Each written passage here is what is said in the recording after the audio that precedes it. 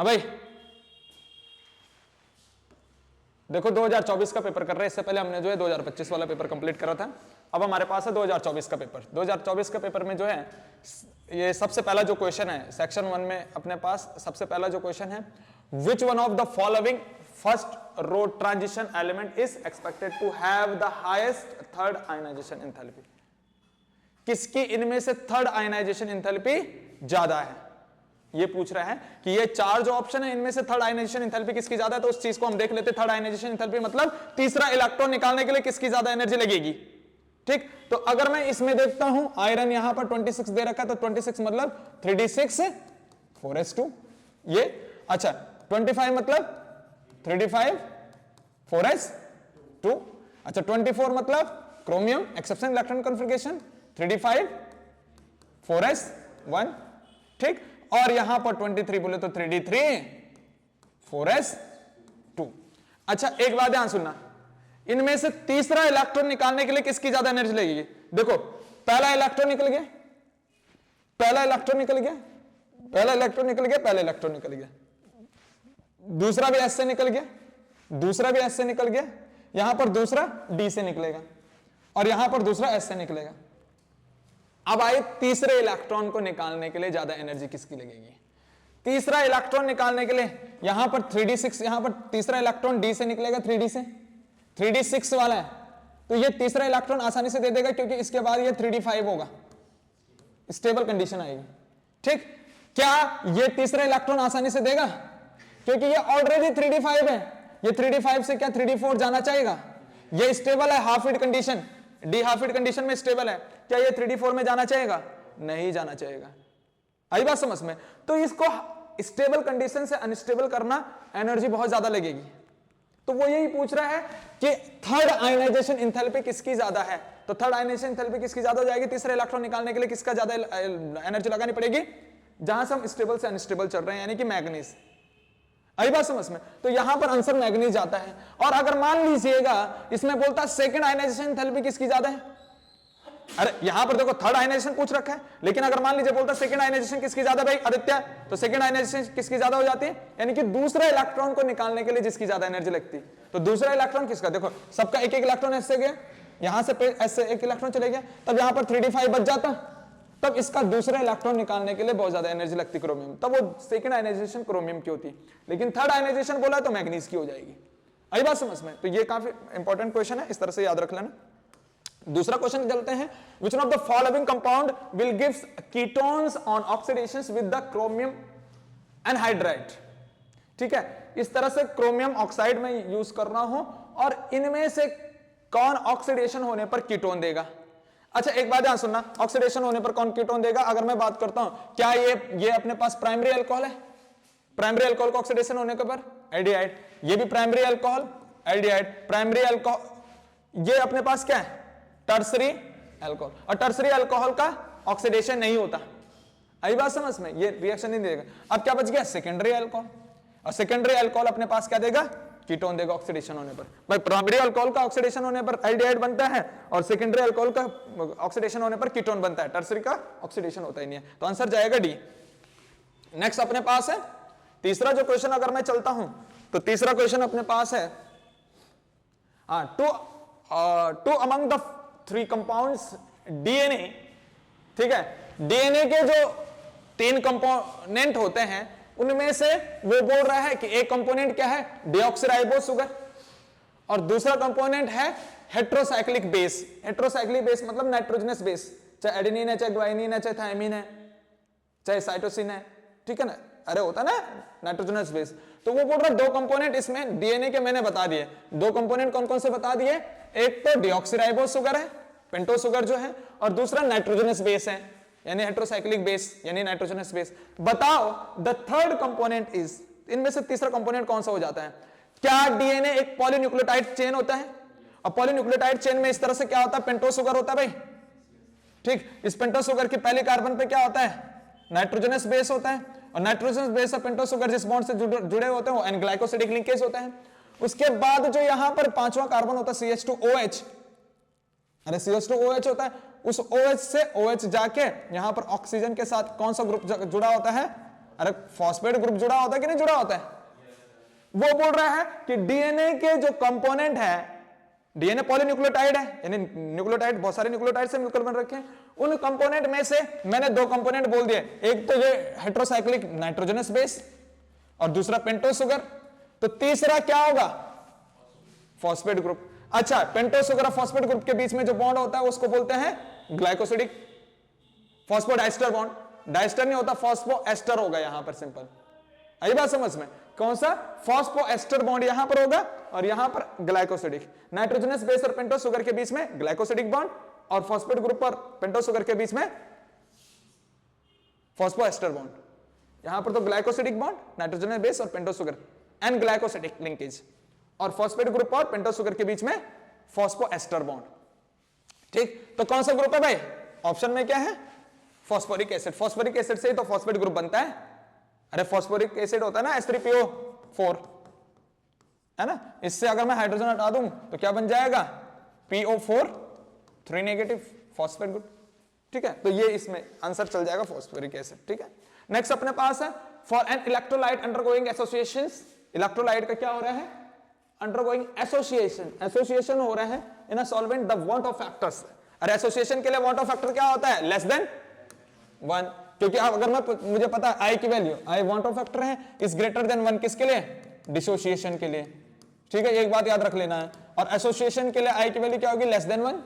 ठीक, ये होगा एसोसिएशन के लिए, एक बात याद रख लेना है। ठीक है, और आई की वैल्यू होगी 1 किसके लिए? No change. नो चेंज मतलब जिसका कोई आयन से नहीं बन रहा है।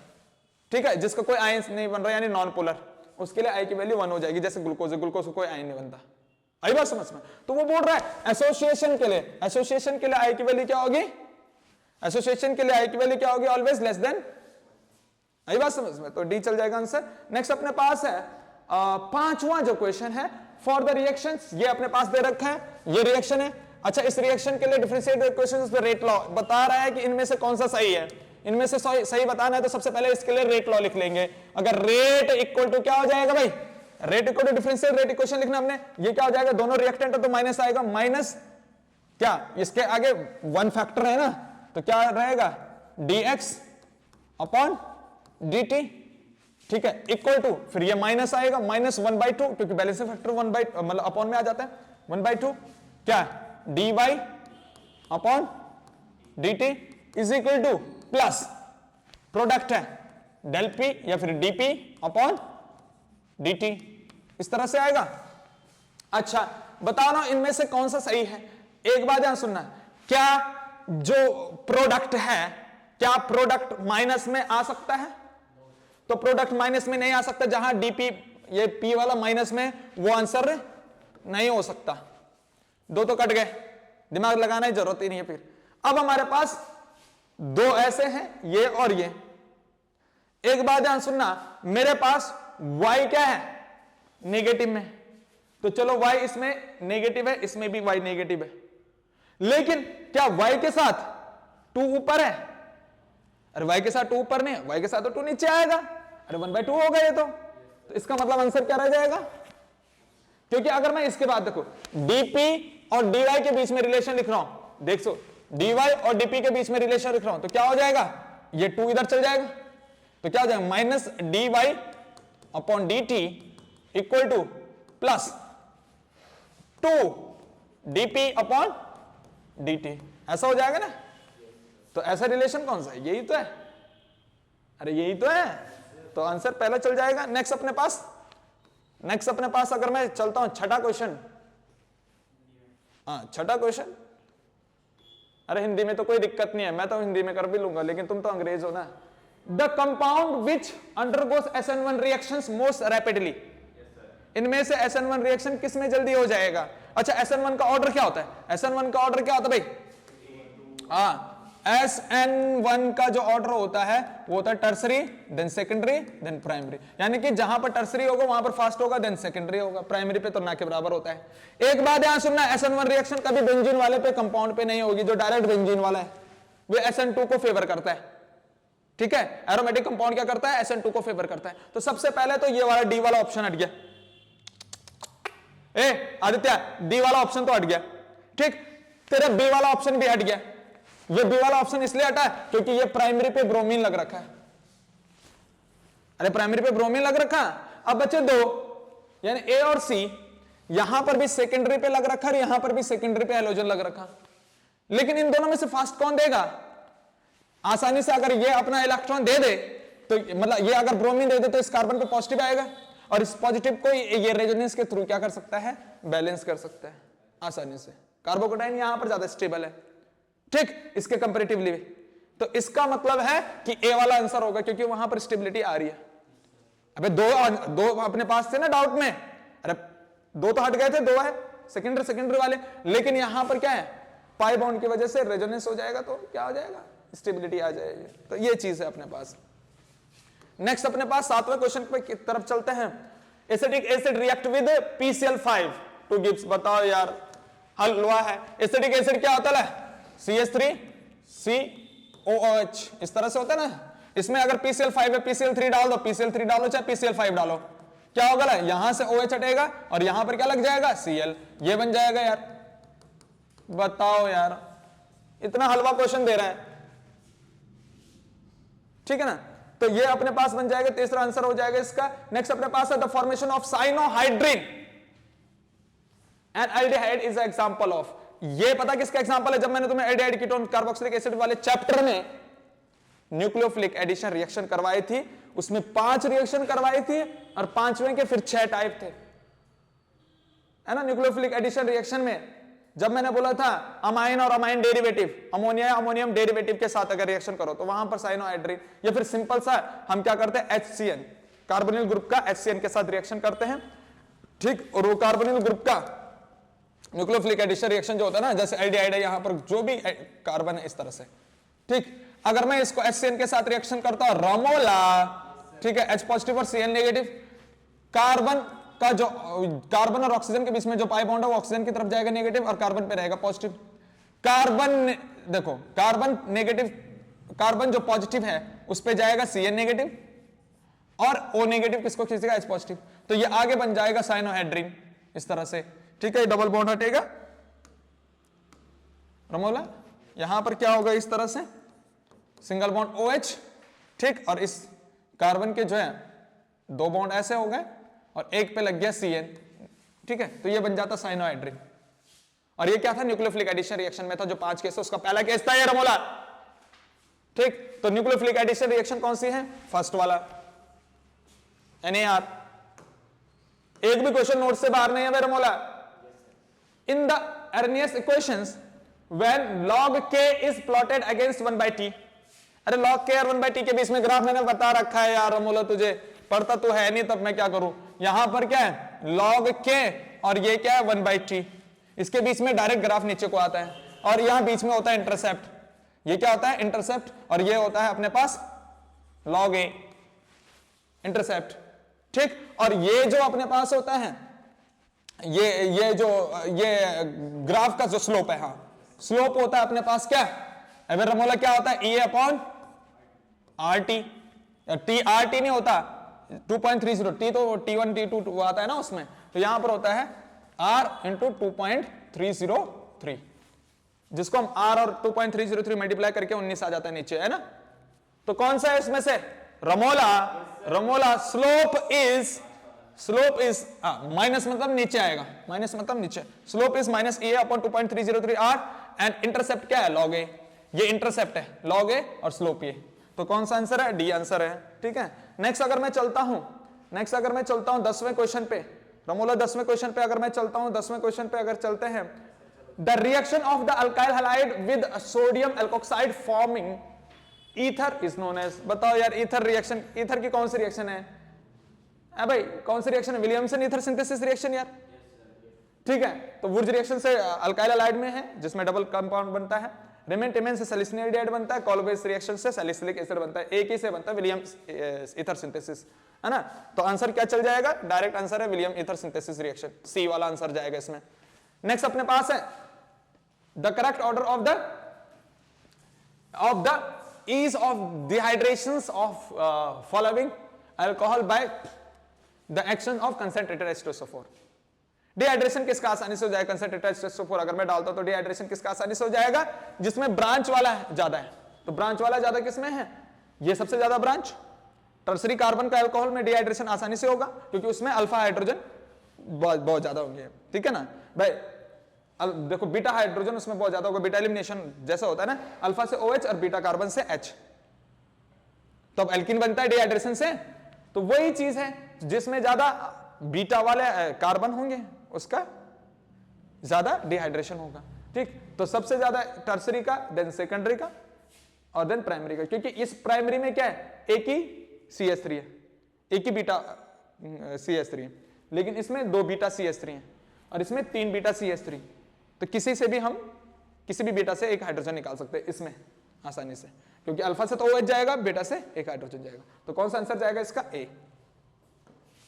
नेक्स्ट अपने पास है which function group of glucose interact to form cyclic hemiacetal leading to the pyranose structures. बताओ भाई, pyranose structures, aldehyde group and hydroxy group किसके साथ? 4th कार्बन के साथ, या एल्डिहाइड हाइड्रोक्सी ग्रुप 5वें कार्बन के साथ, या फिर कीटोन? अरे कीटोन तो आएगा नहीं, सबसे पहले ये बात है। ग्लूकोज में कीटोन तो आता ही नहीं भाई, ग्लूकोज में कीटोन तो आता ही नहीं, ये 2 ऑप्शन तो कट गए। अब है क्या एल्डिहाइड वाला कार्बन 4वें कार्बन के साथ साइकिल करता है? क्या एल्डिहाइड वाला कार्बन 5वें कार्बन के साथ साइकिल करता है? किसके साथ करता है? जब साइक्लाइजेशन होता है तो कौन से कार्बन के साथ होता है? एल्डिहाइड और ग्लूकोज के कौन से कार्बन के साथ? अबे यार बेवकूफ बच्चे, इतना समझ में नहीं आता है। मैंने बता रखा दूसरा, तीसरा, चौथा, 5वां और ये छठा CH2OH, ठीक। ये 5वें कार्बन के साथ साइक्लाइजेशन करता है, ऐसा 5वें कार्बन के OH के साथ करवा नहीं रखा स्ट्रक्चर में, तो ये बी वाला आंसर है। नेक्स्ट, अच्छा अब AR वाले क्वेश्चन आ गया, एसेशन रीजन वाले क्वेश्चन, ठीक है। कैसे लगाने, क्या लगाने तुम्हें पता है। अगर दोनों ही सही हो, रीजन और एसेशन का करेक्ट एक्सप्लेनेशन हो, तो आंसर क्या जाएगा? A। और अगर दोनों ही सही हो, दोनों एक दूसरे से कोई नाता रिश्ता ना हो उनका एक्सप्लेनेशन का, तो B। और अगर क्या, हाँ, तो फिर C। और अगर A ही गलत हो तो तब D जाएगा, ठीक है ना। कहां गया एसर्शन रीजन? 13 एसर्शन रीजन में सबसे पहले when NaCl is added to water, अगर NaCl को पानी में डालोगे, a depression in freezing point is observed। Freezing point में डिप्रेशन देखने को मिलेगा अगर NaCl को पानी में डालोगे। यार पानी, अगर NaCl को पानी में डालोगे तो डिसोसिएशन होगा, डिसोसिएशन होगा तो I की वैल्यू क्या आएगी? 2 आएगी। Number of ion Na positive और Cl नेगेटिव, I की वैल्यू 2 आएगी। डिप्रेशन इन फ्रीजिंग पॉइंट क्या आता है? Delta TF is equal to KF M into I, ठीक है। अच्छा KF तो हटा दो, कांस्टेंट रहेगा वाटर के लिए। यहां पर मोलैलिटी भी चलो ठीक है, लेकिन अगर मैं I यहां पर रख रहा हूं, क्या मैं ये बोल सकता हूं delta TF is directly proportional to I? अरे वांट ऑफ फैक्टर, अगर वांट ऑफ फैक्टर बढ़ेगा घटेगा तो इस पे भी फर्क पड़ेगा ना, डेल्टा है। तो इसका मतलब है अगर I देखो I क्या हो गया 2, तो ये डेल्टा TF भी क्या हो जाएगा? 2 टाइम्स हो जाएगा। आई बात समझ में? यानी इस पे फर्क पड़ेगा, बिल्कुल सही बात बोल रहा हूं, ठीक। NaCl undergo dissociation in water, क्या NaCl पानी में टूट जाता है, ठीक। क्या ये दोनों एक दूसरे के एक्सप्लेनेशन है? भाई ये बोल रहा है, ये ऊपर वाला बोल रहा है, देखो इनमें गलती मत कर देना। When NaCl is added to water, depression freezing point देखने को मिलता है कि NaCl जब पानी में जाता है तो डिप्रेशन इन फ्रीजिंग पॉइंट देखने को मिलता है, तो बिल्कुल सही बात है। क्या NaCl undergo dissociation in water? NaCl पानी में टूट जाता है, ये बात भी सही है। क्या ये चीज बोल रहा है कि ये I की वैल्यू या फिर वांट ऑफ फैक्टर पे डिपेंड करता है डायरेक्टली? ये चीज नहीं है ना, इसने ये चीज एक्सप्लेन ही नहीं करा कि ये इसलिए वजह से फर्क पड़ रहा है क्योंकि हमें पता है delta TF is directly proportional to I। क्या ये रीजन इसको एक्सप्लेन कर रहे हैं? रीजन एक्सप्लेन नहीं कर रहा है, बस रीजन तो ये बोल रहा है NaCl टूट रहा है। अब NaCl टूट रहा है तो उससे क्या हो जाएगा? तो तब उससे ये बताना है ना कि NaCl अगर टूटेगा, डिसोसिएशन होगा तो I 2 हो जाएगा, और I we know that delta TF is directly proportional to I। तो ये था एक्सप्लेनेशन, यानी कि एक्सप्लेनेशन नहीं दिया है लेकिन ये बात सही है। तो कौन सा आंसर जाएगा इसका? बी। तो बी वाला आंसर चल जाएगा इसका, ठीक है। Next assertion, separation of ZR and HF is difficult.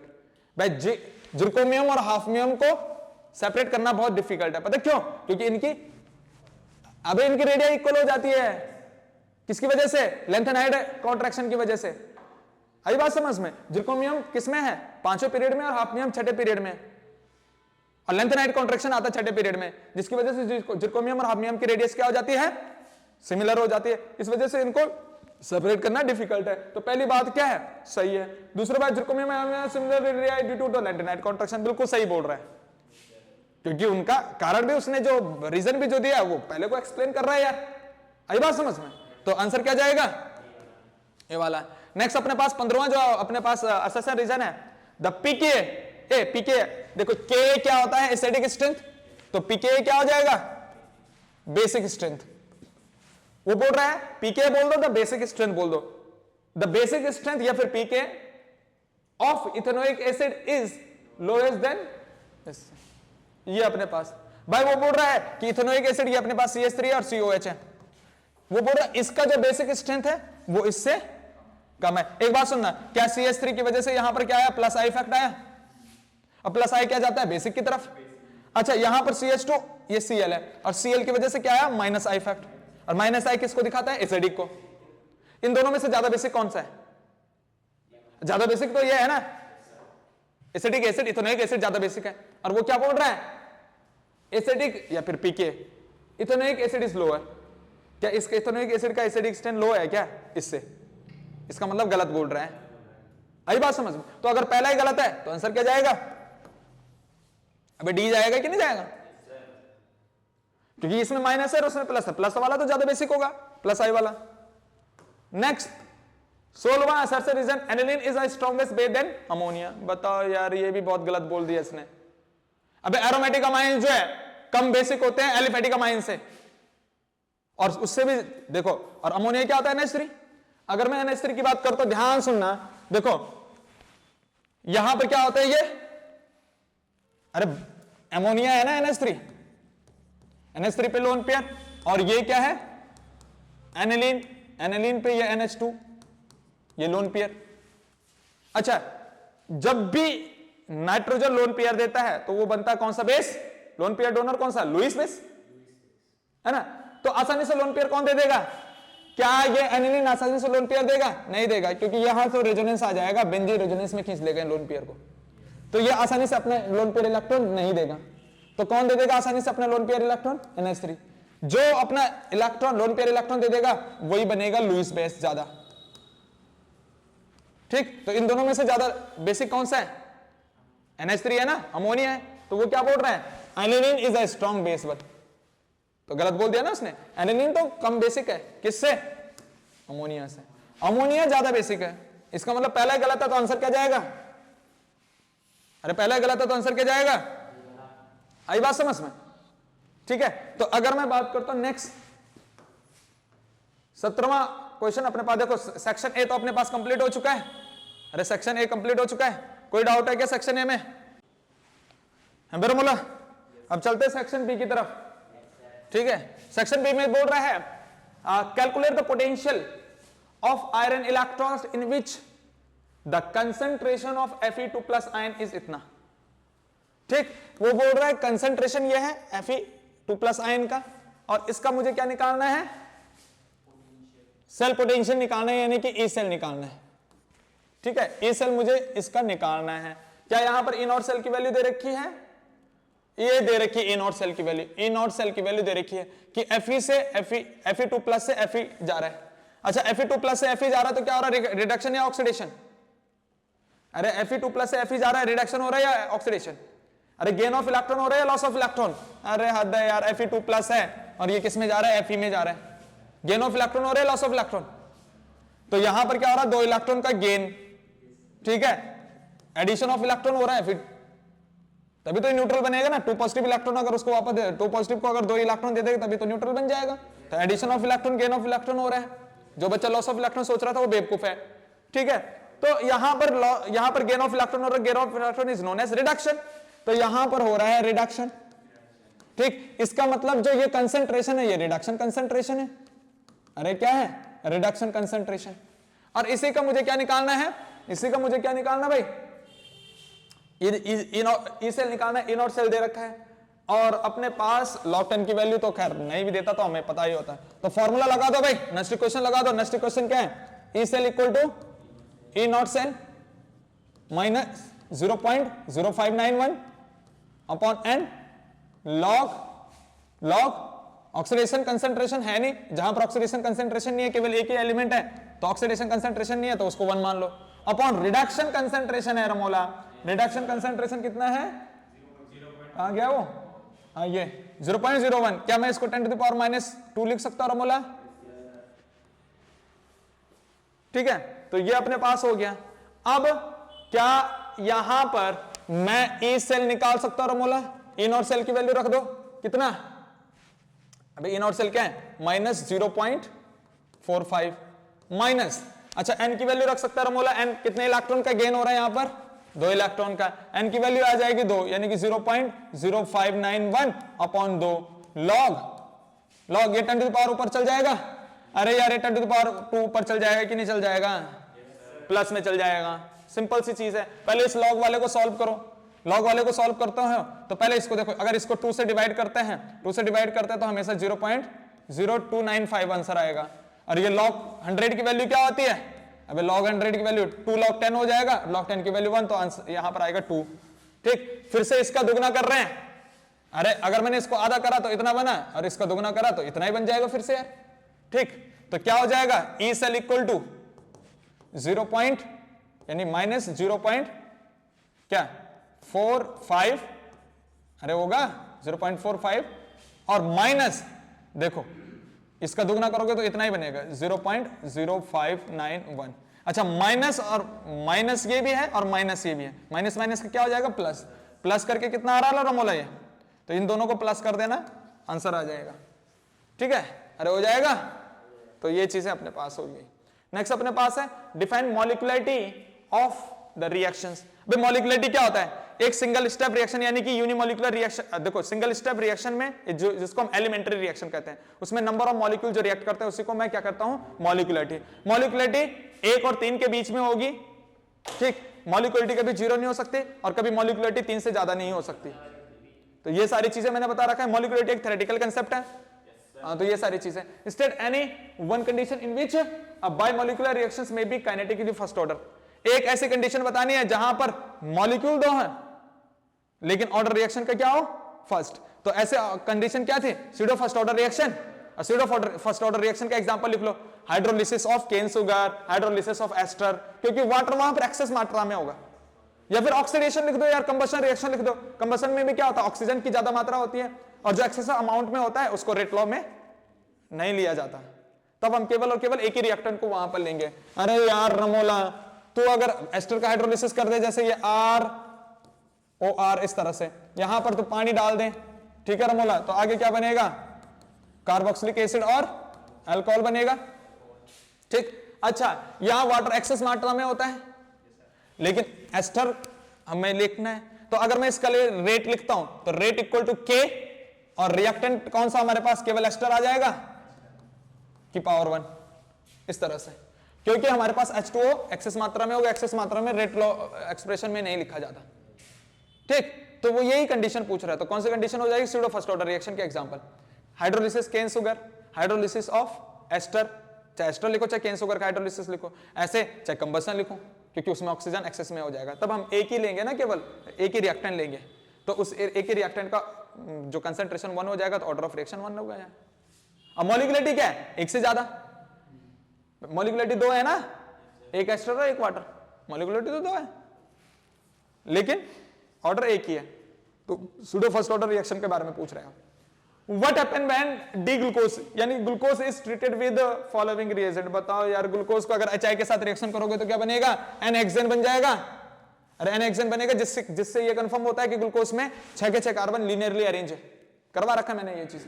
Concentrated HNO3 के साथ अगर रिएक्शन करेंगे तो ग्लूकोज का जो पहला कार्बन पे एल्डिहाइड है वो भी कार्बोक्सिलिक एसिड बन जाएगा और छठे कार्बन पे जो CH2OH है प्राइमरी अल्कोहल, वो भी कार्बोक्सिलिक एसिड बन जाता है। यानी कि कंसंट्रेटेड HNO3 एक ऑक्सीडाइजिंग एजेंट है जो एल्डिहाइड को भी कार्बोक्सिलिक एसिड में बदल देता है और प्राइमरी अल्कोहल को भी कार्बोक्सिलिक एसिड में बदल देता है। यानी पहला कार्बन और छठा कार्बन ग्लूकोज का कार्बोक्सिलिक एसिड बन जाएगा, बीच का वही रहेगा जो है ग्लूकोज में, तो वो बन जाता है सैकरिक एसिड।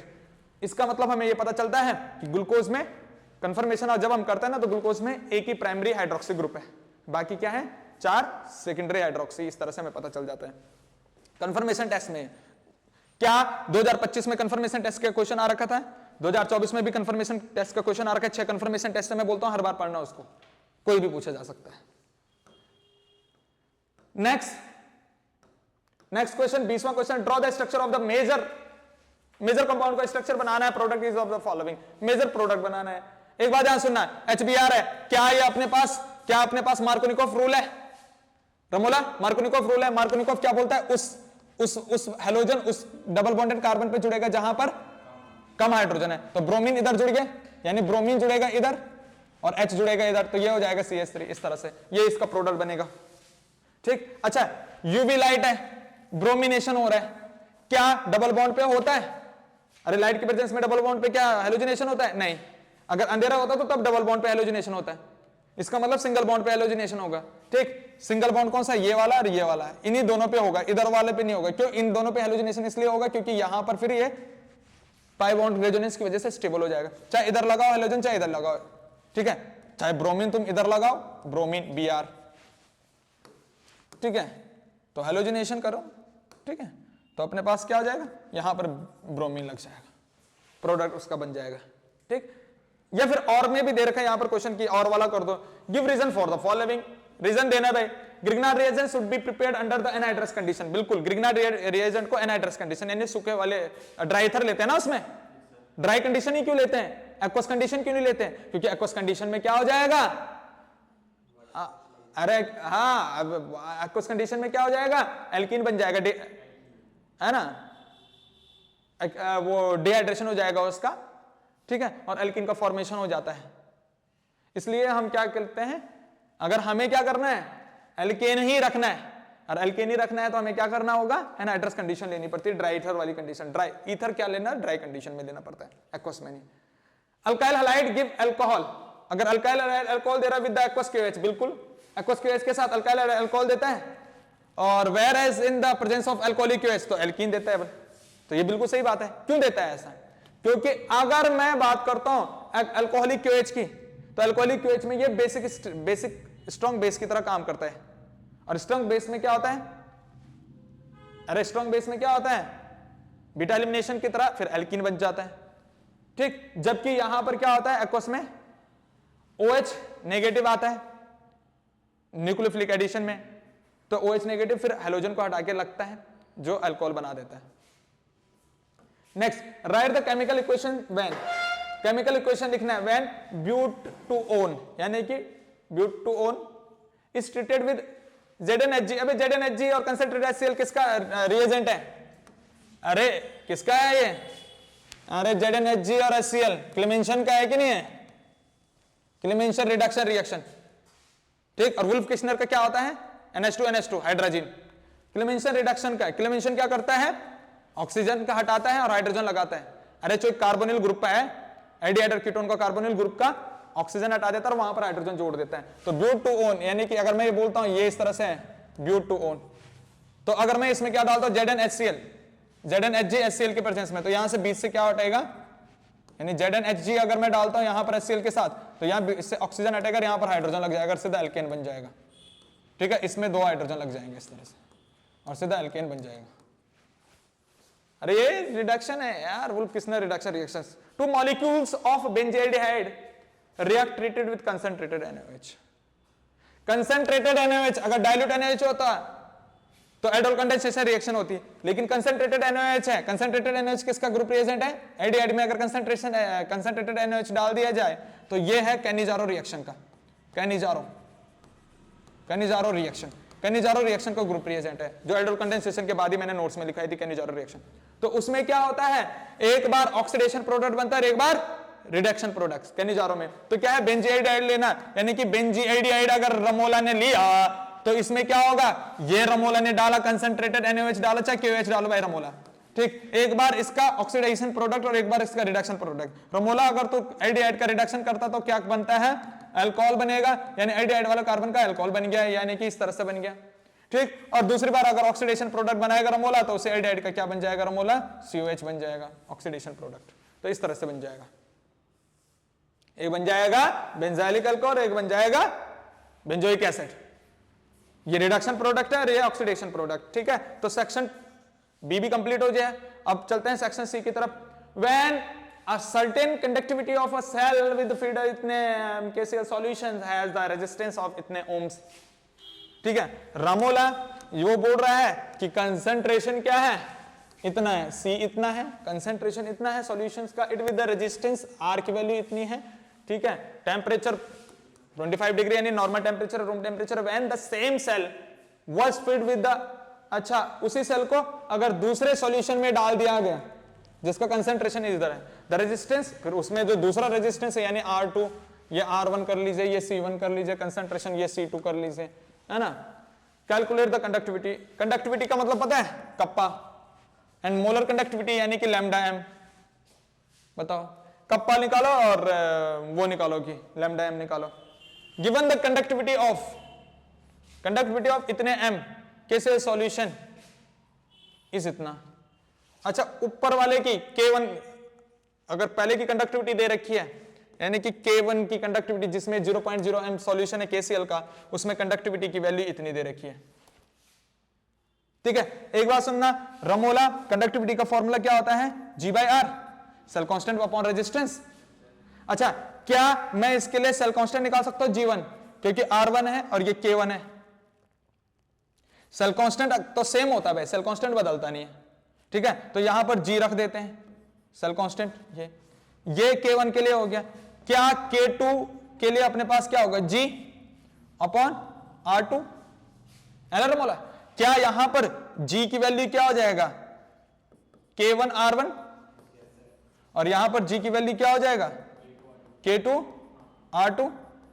G तो G सेम है, बदलता नहीं है, तो हमारे पास क्या हो जाएगा, रमोला क्या हो जाएगा, K1 R1 equal to K2 R2, ठीक है। रमोला तुझे दूसरे की कंडक्टिविटी पूछ रहा है K2 की, कि बताओ दूसरे की कंडक्टिविटी क्या होगा, K2 की कंडक्टिविटी क्या होगी, तो K2 की कंडक्टिविटी निकालेगा Ramola, K2 equal to Ramola K1 into R1 upon R2। तो रमोला ने रखा K1 की वैल्यू दे रखी है रमोला उसने कितनी, ये यानी कि बोले तो 1.35 into 10 to the power -2। R1 की वैल्यू कितनी दे रखी है रमोला, R1 का है रमोला 100, ठीक है, इंटू 100 के रेट 10 टू द पावर 2 कर, 100 कर चाहे 10 टू द पावर 2 कर रमोला, ठीक है, अपॉन R2, रमोला R2 कितना है 90, यहां 90 दे दिया। अच्छा रमोला ये और ये पूरा कट जाएगा, तो अपने पास K2 की वैल्यू क्या आ जाएगा, K2 की वैल्यू आ जाएगा 1.35 अपॉन 90। इस K2 का आंसर आ गया, ये K2 का वैल्यू आ गया अपने पास। उसको और डिवाइड कर देना भाई, इतना आंसर मत छोड़ना है, इसको और डिवाइड कर देना जल्दी जल्दी, ठीक है ना। अब मोलर कंडक्टिविटी लैम्डा m निकालना है, रमोला लैम्डा m का फॉर्मूला क्या है, लैम्डा m का formula kappa into 1000 upon concentration, hello Ramola. तो कंसंट्रेशन इसी का रखना है C2, यानी कि यहां पर रखना है C2 और यहां पर रखना है K2, तो मोलर कंडक्टिविटी आ जाएगी दूसरे सॉल्यूशन की नंबर, ठीक है। तो K2 की वैल्यू रख देना और C2 की वैल्यू रख देना। C2 की वैल्यू कहां पर है, ये है, आंसर आ जाएगा तुम्हारा।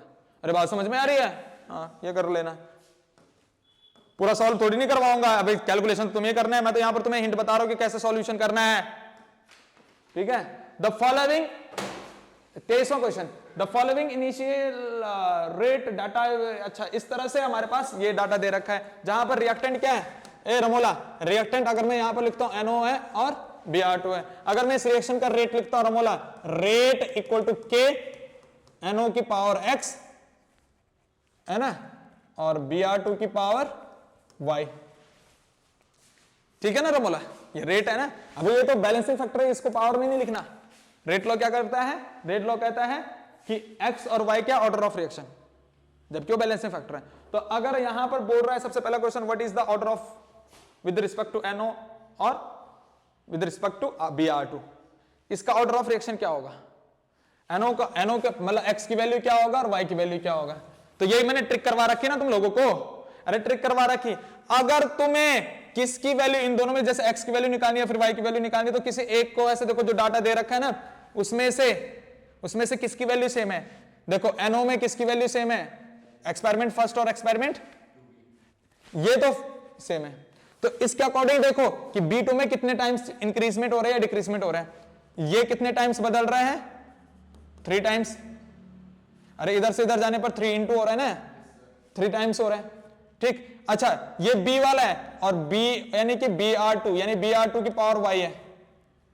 देखो ये वाला तो कैंसिल हो जाएगा। ठीक, अब br2 की पावर क्या है y, br2 क्या हो रहा है 3 टाइम्स। तो रेट पे क्या फर्क पड़ रहा है, रेट भी 3 टाइम्स हो रहा है, ये भी 3 टाइम्स हो रहा है।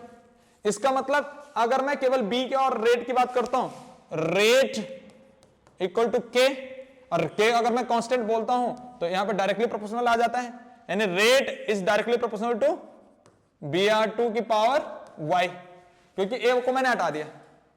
ठीक, अच्छा रेट कितने टाइम बदल रहा है भाई रमोला, रमोला रेट कितने टाइम्स बदल रहा है 3 टाइम्स।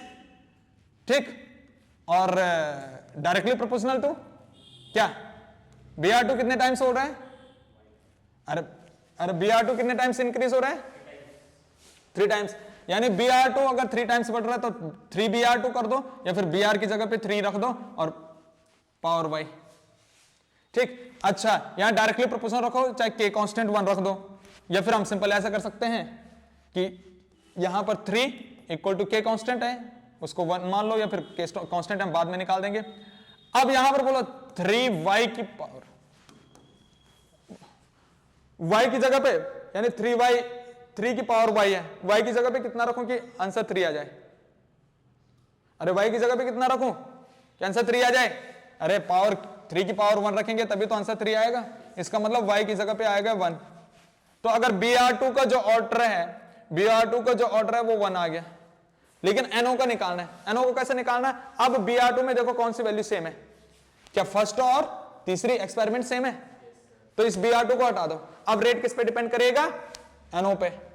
फर्स्ट से थर्ड जाने पर कितने टाइम्स इंक्रीजमेंट हो रहा है 3 टाइम्स इंक्रीजमेंट हो रहा है, और रेट में कितने टाइम्स इंक्रीजमेंट हो रहा है रमोला, कितने टाइम्स इंक्रीजमेंट हो रहा है 9 टाइम्स इंक्रीजमेंट हो रहा है, अरे 9 टाइम्स ही तो हो रहा है 9 टाइम्स। तो अब अगर मैं बोलता हूं यहां पर रेट में इंक्रीजमेंट 9 टाइम्स हो रहा है, रेट हो गया 9 टाइम्स इक्वल टू NO में इंक्रीजमेंट कितने टाइम्स हो रहा है 3 टाइम्स, तो NO की जगह पे रख दो 3 की पावर x। अच्छा x की जगह पे कितना रखूं कि आंसर 9 आ जाए, अबे 2 रखना पड़ेगा यार, स्क्वायर है यहां पर, ये क्या हो गया इस लड़के को, x की जगह पे 2 रखना पड़ेगा, तो 3 इंटू 3 हो जाएगा ना, 3 का स्क्वायर होगा ना, आई बात समझ, 9 हो जाएगा 3 का स्क्वायर, तो x की जगह पे क्या रखना पड़ेगा 2, इसका मतलब NO का ऑर्डर क्या आ जाएगा 2, और Br का ऑर्डर क्या आ जाएगा, तो टोटल ऑर्डर ऑफ रिएक्शन क्या हो जाएगा, थर्ड ऑर्डर हो जाएगा ना, 2 और 1 3, टोटल ऑर्डर क्या हो जाएगा रिएक्शन का, थर्ड ऑर्डर रिएक्शन हो जाएगी। ठीक, ये चीज अपने पास हो गया। कैलकुलेट द रेट कांस्टेंट, अब रेट कांस्टेंट निकालना है, k की वैल्यू निकालना है। क्या हमारे पास x और y की वैल्यू आ गई, कोई भी एक एक्सपेरिमेंट उठा देना, जैसे फर्स्ट एक्सपेरिमेंट उठाया तुमने, ठीक है, तो उसमें रख देना रेट फर्स्ट एक्सपेरिमेंट में रेट की वैल्यू दे रखी है इक्वल टू k, अच्छा यानी कि 0.05 की पावर x की वैल्यू क्या है 2, ठीक, और फिर NO कंसंट्रेशन क्या है वहां पर 0.05 की पावर y की वैल्यू 1, k आ जाएगा यहां पर क्योंकि रेट तुम्हें दे रखा है, रेट की जगह पे ये रखना, ठीक, ये दोनों वैल्यू पता है, तुम्हें k निकालना है, निकाल दोगे तो k का आंसर यहां से आ जाएगा निकाल के। Determine the rate of reactions, ROR निकालना है, when the concentration of NO and Br are इतना और इतना, अगर कंसंट्रेशन इनकी जगह पे कंसंट्रेशन यानी NO की कंसंट्रेशन इसकी जगह पे इतना रख दो और Br की कंसंट्रेशन इसकी जगह पे इतना रख दो, तो अब रेट निकाल दोगे ना फिर से यार, क्योंकि k तो तुम्हारे पास आ गया, k की जगह पे k रखोगे, इस NO की कंसंट्रेशन पे इतना रखोगे, Br की कंसंट्रेशन पे इतना रखोगे, तो तुम रेट निकाल दोगे यार, आई बात समझ में, तो ये अपने पास हो गया। नेक्स्ट 24वां क्वेश्चन पे अगर चलते हैं हम, अरे इतनी बात समझ में आए, फिर हम चल रहे हैं 24वें क्वेश्चन पे। 24वें क्वेश्चन पे चल रहे हैं, 24वां क्वेश्चन, ठीक है, तो 24वां क्वेश्चन बोल रहा है right the formula for the following coordination compound. इस कोऑर्डिनेशन कंपाउंड का फॉर्मूला लिखना, पोटेशियम टेट्रा बताओ या टेट्रा हाइड्रोक्सीडो यानी OH, ठीक है, टेट्रा हाइड्रोक्सीडो जिंकेट सेकेंड, यानी कि अगर मैं यहां पर सेंट्रल मेटल एटम Zn रख रहा हूं 2 पॉजिटिव, यहां पर Zn के ऑक्सीडेशन की स्टेट कितना दे रहा हूं वो 2, Zn के ऑक्सीडेशन 2 आने चाहिए और हाइड्रोक्सी रखो 4, तो OH रखो 4। ठीक, अब बताओ पोटेशियम कितना लगेगा? अरे एक हाइड्रोक्सी का -1 होता है, तो 4 हाइड्रोक्सी का -4। ठीक, अरे इसका ऑक्सीडेशन स्टेट Zn का ऑक्सीडेशन स्टेट कितना आना चाहिए? 2 आना चाहिए। तो 2 कब आएगा? जब मैं यहां पर पोटेशियम क्या रखूंगा? 2। आई बात समझ में? जैसे यहां 2 पॉजिटिव हटेगा तो डब्बे पे आएगा 2 नेगेटिव, 2 नेगेटिव डब्बे पे आएगा, और 4 नेगेटिव इधर है, 4 नेगेटिव उधर जाएगा, 4 पॉजिटिव में से 2 नेगेटिव गया, तो तभी तो बचेगा 2। ठीक है, तो ये इसका फॉर्मूला बन चुका है। Arrange the following complex in the increasing order of the conductivity of the solution. Conductivity, अबे जिसके जितने ज्यादा आयंस वो उतना ज्यादा कंडक्टिविटी देगा। इंक्रीजिंग ऑर्डर ऑफ कंडक्टिविटी बोल रहा है, जिसके जितने आयंस, अच्छा जितने ज्यादा आयंस मतलब जो डब्बे के बाहर ज्यादा होंगे, क्योंकि डब्बे के अंदर वाला आयंस में टूटता नहीं है, डब्बे के बाहर वाला आयंस में टूटता है। अभी जिसमें जितने ज्यादा आयंस उतना ज्यादा कंडक्टिविटी करेगा, उतनी ज्यादा इलेक्ट्रिसिटी कंडक्ट करेगा। तो ज्यादा आयंस किसमें है? क्या डब्बे के बाहर 3 आयंस है? डब्बे के बाहर 3 आयंस है, 3 आयंस, डब्बा में 3 आयंस और एक डब्बा खुद, 4 आयंस हो गया। ठीक, यानी कि डब्बे के बाद 3 है, यहां पर डब्बे के बाहर 1 भी नहीं है, 0 है डब्बे के बाहर। ठीक, यहां पर जब डब्बे के बाहर 2 आयंस, 2 क्लोरीन आयन में टूटेगा ना, डब्बे के अंदर तो टूटता नहीं है, कोऑर्डिनेशन स्पेयर अंदर से टूटता नहीं है, बाहर से बाहर है अगर उसका काउंटर आयन जिसको हम बोलते हैं आयनिक स्पेयर, जितने जिसके ज्यादा आयंस उतना ज्यादा कंडक्टिविटी। तो बताओ सबसे ज्यादा कंडक्टिविटी किसकी होगी? उसके बाद कम, और सबसे कम होगी इस वाले की। आई बात समझ में? अगर मैं ऑर्डर करता हूं ये फर्स्ट है, ये सेकंड है और ये थर्ड है, तो अरेंजमेंट किस तरह से होगा? सबसे कम होगा सेकंड का कंडक्टिविटी, इंक्रीजिंग ऑर्डर अगर कर रहे हैं, उसके बाद होगा फर्स्ट का, और सबसे ज्यादा होगा थर्ड का। आ रही बात समझ में? नेक्स्ट है identify the type of isomerism exhibited by the following complex. ठीक है, इसमें आइसोमेरिज्म के टाइप्स बताना है यार। बताओ, हलवा है यार, ये NO2 है, अगर यहां पर ONO हो गया तो लिंकेज बन जाएगा। अरे लिंकेज आइसोमेरिज्म, तो इसका आंसर हो जाएगा लिंकेज आइसोमेरिज्म। और ये किसका आइसोमेरिज्म है? अरे ये किसका है? अरे स्टीरियो में आ जाता अपने पास, ऑप्टिकल स्टीरियो आइसोमेरिज्म का है। अरे ये बनेगा ना सेंट्रल मेटल एटम है कोबाल्ट, और यहां पर क्या होगा? 3 EN होगा इस तरह से। ठीक, अरे होगा कि नहीं होगा ये? ठीक, और फिर इसमें क्या होगा? इसका ऑप्टिकल आइसोमेरिज्म बन जाएगा इस तरह से। ठीक है, तो स्टीरियो के अंदर ऑप्टिकल जाएगा, स्टीरियो आइसोमेरिज्म के अंदर ऑप्टिकल। तो तुम स्टीरियो आइसोमेरिज्म लिख सकते हो यहां पर सिंपल, इसमें लिंकेज आइसोमेरिज्म और ये स्टीरियो आइसोमेरिज्म यहां पर आ जाएगा। नेक्स्ट 25वां question, which one of the following is an allylic halide. अच्छा, अलाइलिक हैलाइड क्या होता है? मैंने तुम्हें बताया था क्लासिफिकेशन ऑफ sp3 के बेस पे, क्या?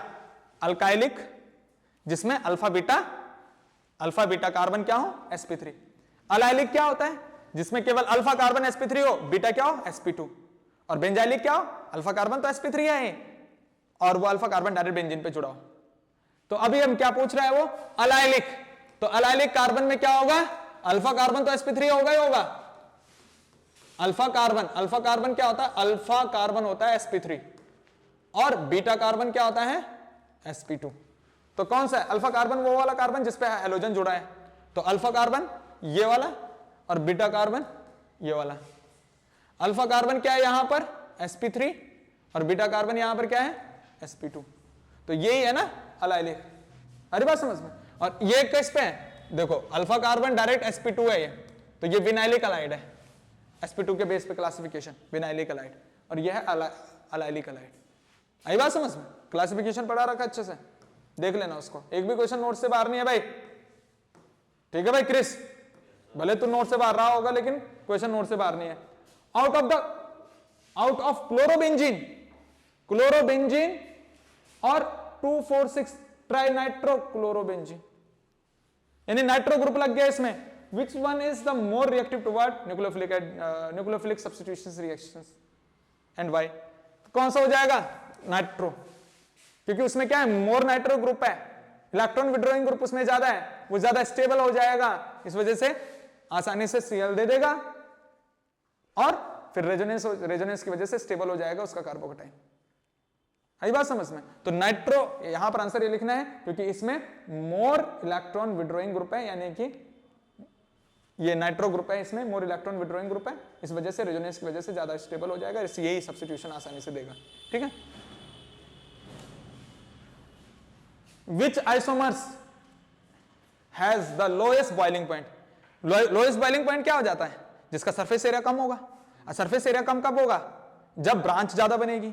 तो इसकी ब्रांच बनानी है, 4 कार्बन की ऐसी ब्रांच बनानी है जिसपे एक क्लोरीन लगा हो। तो 4 कार्बन की ऐसी ब्रांच बनानी है, 1 2 3 और ये 4 कार्बन की ऐसी ब्रांच बनानी जिसपे एक क्लोरीन लगा हो। ठीक, तो ये क्या हो जाएगा? टर्सरी कार्बन हो जाएगा। तो टर्सरी ब्यूटाइल क्लोराइड। ठीक है, टर्सरी ब्यूटाइल क्लोराइड एक ऐसा आइसोमर्स है इसका जिसका सबसे कम बॉइलिंग पॉइंट होगा, क्योंकि वो ब्रांच में आ गया। अब ब्रांच में सरफेस एरिया कम हो जाता है। 26वां क्वेश्चन करेंगे, right the mechanism of the following reaction. अच्छा, अल्कोहल से क्या बन रहा है? एल्कीन। अल्कोहल से एल्कीन वाला मैकेनिज्म मैंने बता रखा है, 3 स्टेप मैकेनिज्म होता है। सबसे पहले प्रोटोनेशन, उसके बाद डिहाइड्रेशन और तीसरा डिप्रोटोनेशन और एल्कीन बन जाता अपने पास। अरे यार, स्टेप वाइज करा रखा, 3 नंबर का ये क्वेश्चन आता है। ठीक है, सबसे पहला स्टेप में प्रोटोनेशन स्टेप। प्रोटोनेशन में क्या होगा? एडिशन ऑफ हाइड्रोजन, कि अपने पास क्या है? ये CH3 है, CH2 है और ये OH है। ठीक है, लोन पेयर है, ये OH है। अगर मैं यहां पर H+ डालता हूं या कोई एसिडिक मीडियम में इसको रखता हूं तो यहां पर क्या होगा? प्रोटोनेशन। ये लोन पेयर इसको अपनी तरफ खींचेंगे। तो पहले स्टेप में क्या होता है? CH3 CH2 और ये ऑक्सीजन H को खींचा अपनी तरफ, ऑक्सीजन पे पॉजिटिव चार्ज ये। ठीक, ये तो पहला स्टेप, इतना तो पहला स्टेप हो गया। उसके बाद सेकंड स्टेप में होता है डिहाइड्रेशन। अरे मैंने वहां पर करवा रखा है नोट्स में यार, अब क्या छाप रहा है? नोट्स में तो सब करवा रखा है। डिहाइड्रेशन पढ़ेगा कुछ है नहीं, फिर करेगा यहां पर डिहाइड्रेशन। यहां पर डिहाइड्रेशन में क्या होगा? अरे डिहाइड्रेशन में क्या होगा? लॉस ऑफ वाटर हो जाएगा।